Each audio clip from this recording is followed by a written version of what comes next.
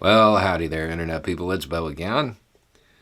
So, today we're going to talk about small towns, education, opportunities, change. And even though I said this channel wasn't going to turn into Dear Abby, I guess I'm giving some dating advice too. I got a message from somebody, and it's very detailed and very long in the beginning, so I'm just going to kind of summarize. She has completed 1 year of college in a local school. She lives in a very small town, and she has been offered a free ride at a much better school. And by free ride, I don't mean just tuition. Dorm, books, everything. Totally free ride. It's about 6 hours away from where she lives. And all she has to do to keep that scholarship for the full 3 years is keep her grades up and engage in an extracurricular activity she enjoys. If she does that, it's very possible that they will pay for an additional 2 years so she can get a master's out of this. And then, here's the rub. All of this is great, right? I'm not writing just to celebrate. My boyfriend and I have been together since I was 16. He told me he didn't want me to go because he's afraid it'll change me. I asked him to come with me. He said he wanted to stay at his job at a resort. This led to a pretty big argument, and he said I was throwing him away, and I'm left wondering if he's right. Will it change me? Should I not go? Like AITA here. If you don't know what AITA is, don't feel bad. I had to look it up too. Okay, so let's start with what's on the table. Tuition, dorm, and books at that school for 3 years, it's like 75 grand. Easy. And that's just, all you have to do to get that is keep your grades up and do something you love. And it's a possibility that they'll pay for 2 more years. So there's theoretically more than $100,000 on the table, right? And you're wondering if it'll change you because of what your boyfriend said. I mean, yeah, it will. I mean, it wouldn't be much good if it didn't, right? Now, I don't know if you know this, and this is why you sent me the message, or if it's just weird coincidence, or you just know I'm from the general area. If you leave your town and drive 15 miles south, that's where I went to school. That's where I went to high school. 2 stoplights, right? That's where I went to school. That's where I went to high school.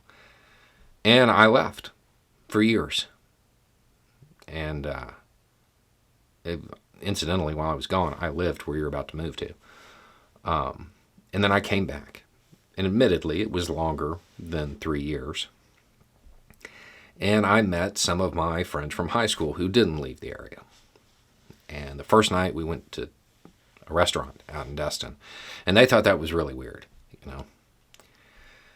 And then the next night, we hung out at the same bar that we hung out at when we were in high school because they didn't card us.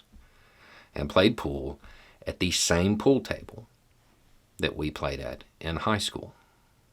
And it was at that moment that they chose, as a group, to inform me that I had changed a lot. And I'm sure right now you're sitting there thinking, you know, all of your friends telling you that you had changed in a negative way, that's got to be really bad, right? Honestly, when they said, you've changed, all I could think was, you didn't. After all that time. Then I got older and realized there's nothing inherently wrong with that. Some of the happiest people I know will die in the town they were born in. And that's okay. But some people want something different. I'm willing to bet you're one of those people. If you weren't, you wouldn't be entertaining this. You wouldn't have had the argument, and you wouldn't send me the message. And I mean, let's be honest. I mean, you knew what I was going to say before you sent this. I mean, two of my big things are that travel is the greatest thing in the world and no education is wasted. And you sent me a message asking if you should travel for education. And of course you should. You already knew that. You just need somebody to say it, I guess. But yeah, it's going to change you. Guaranteed. No doubts. But it's supposed to. That's the point. The odds of your relationship with your boyfriend surviving, you going off to college, are slim to none. Slim to none. What is probably going to happen is sometime after you leave, you're going to meet some guy who grew up in a small town who also wanted something different, and you are going to hit it off. And I say that as somebody who did exactly what you're about to do, and who is married to a woman who grew up in a small town in the Midwest who wanted something different. You'll have a lot of the same interests and be able to kind of bond over those things. There are more options for dating where you are headed. The student body of the school you're headed to is literally 9 times the size of your entire town. Odds are you're probably going to meet somebody else. You know, small town dating, not always a choice. Sometimes a lack of options. So, yeah, you want my advice? Of course take it. Of course take it. You are so good at something that you love, somebody is willing to basically fork out $100,000 for you to go to school so you can do it. I don't know why you wouldn't take the opportunity. Now, as far as whether or not you're the bad person here, because throwing him away or whatever, I'm not going to get too far into that. I'm going to let the women in the comments section respond to this general idea.